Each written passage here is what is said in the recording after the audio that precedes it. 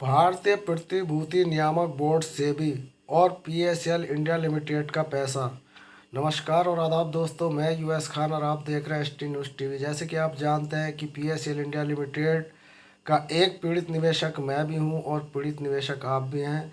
ऐसे ही मेरी तरह पीड़ित निवेशक 5,85,00,000 इस भारतवर्ष में, जिनकी 49,100 करोड़ रुपए की देनदारी पीएसएल इंडिया लिमिटेड को करनी है।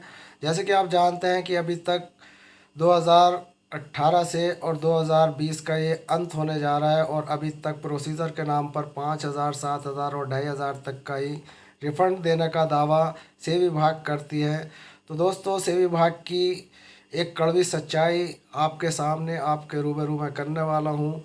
सबसे बड़ी बात यह है कि पीएसएल इंडिया लिमिटेड के जो पीड़ित निवेशक हैं, उनके इतने छोटे कम अमाउंट का भी पैसा उनके अकाउंट तक नहीं पहुंच पा रहा है। इसका मुख्य कारण क्या है, यह भी मैं आपके सामने स्पष्ट करूंगा। इसके लिए एक उदाहरण पेश करना बहुत ज़रूरी है। जी हाँ दोस्तों, बात करते हैं हम गांव में भेजी जाने वाली योजनाओं के बारे में। जो एक उदाहरण आपके लिए दिया जा रहा है कि किसी गांव में अगर कोई योजना भेजी जाती है तो उस गांव के लिए केंद्रीय सरकार करोड़ों रुपया वहां से भेजती है और गांव के ऊपर जितने भी अधिकारी उन पर छोड़े जाते हैं तो वो सारे अधिकारी उस पैसे को चट कर जाते हैं और पीड़ितों तक वो पैसा नहीं पहुंच पाता। जी हाँ दोस्तों, उन गरीब जो गांव के लोग हैं, चाहे वो किसान हो चाहे वो मजदूर हो, उनके हक पर डाका डाल लिया जाता है और दिखावे के लिए दो चार लोगों को पैसा देकर उनके सामने एक इंटरव्यू दिया जाता है और उस इंटरव्यू में दिखाया जाता है कि देखो कि किस तरीके से हमने ये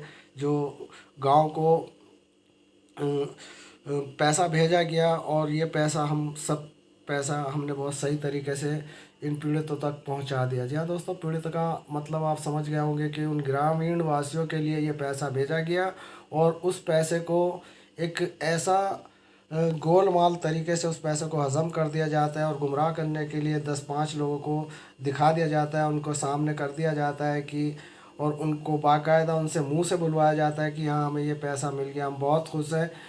और अंदर की बात ये होती है कि किसी भी गरीब तक वो पैसा नहीं पहुंच पाता। सारा पैसा जितने भी बैठे हुए कर्मचारी ऊपर से लेकर नीचे तक सब अपनी जेबों में भर लेते हैं और इस तरीके से करोड़ों रुपया जो है वो गबन हो जाता है। ठीक इसी तरीके से पीएसएल इंडिया लिमिटेड का मैटर है। पीएसएल इंडिया लिमिटेड में भी यही सब कुछ चल रहा है कि ऑनलाइन प्रोसीजर के नाम पर निवेशकों को पैसे देने की एक प्रक्रिया चलाई जा रही है। इस प्रक्रिया के माध्यम से छोटा अमाउंट भी अभी तक निवेशकों तक नहीं पहुंच पा रहा।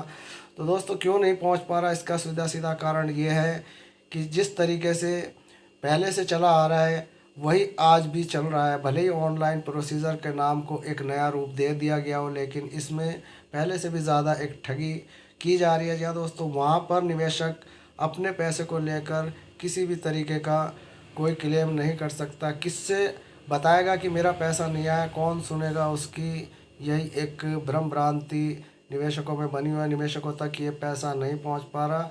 इसका मुख्य कारण जो है वो यही है कि भ्रष्ट और जितने भी यहाँ पर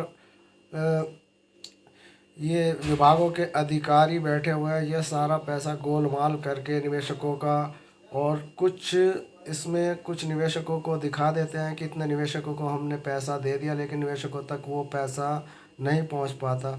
ठीक इसी तरीके से जिस तरीके से मैंने अभी आपको फॉर एग्ज़ाम्पल दिया कि किसी गांव के लिए कोई योजना भेजी जाती है और उस योजना का पैसा जो करोड़ों भेजा जाता है, वो पैसा ऊपर से लेकर नीचे तक के अफसर उसको अपनी जेब में भर लेते हैं और गरीब मजदूर के या किसान के पास तक वो पैसा नहीं पहुंचाया जाता।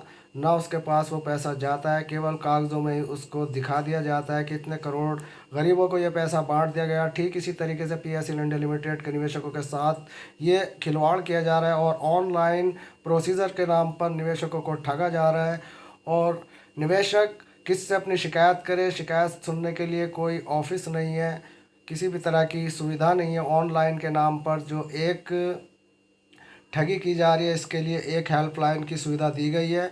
उस हेल्पलाइन पर भी निवेशकों के परेशानियों का निवारण नहीं होता। क्यों नहीं होता दोस्तों? क्योंकि उनके पास लिमिटेड जानकारी होती है और लिमिटेड जानकारी निवेशकों तक पहुंचाई जाती है और कोई उसमें आप या मैं कुछ हस्तक्षेप नहीं कर सकते, क्योंकि कोई ऐसा सीधा कांटेक्ट किसी ऑफिस से नहीं है। केवल एक ऑनलाइन हेल्प सेवा है जिसमें लिमिटेड ही आपको जानकारी मिलती है। निवेशकों के सामने सबसे बड़ी समस्या ये है कि वह अपनी किसी भी तरह की परेशानी जो पैसे से लेकर है वो किसके सामने बयान करें। तो दोस्तों ये बड़ी इस वक्त विडम्बना निवेशकों के सामने है। तो दोस्तों आगे क्या होता है ये भी हम आपको बताएंगे। फ़िलहाल तो हमें 5,000, 2,500 और 7,000 के प्रोसीजर का ही एक झुंझुना हमारे हाथ में दे दिया गया है। उस झुंझुने को हम देख रहे हैं कि किस तरीके से ये लोग बजा रहे हैं, और उस झुंझुनों को हम तक आने में बहुत विलम्ब लग रहा है। और ये विलम्ब का कारण यही है कि ऑनलाइन प्रोसीजर से निवेशकों तक ये पैसा नहीं पहुंच पा रहा। तो दोस्तों आज के लिए बस इतना ही। कल फिर मिलेंगे कोई नई अच्छी नई अपडेट लेकर।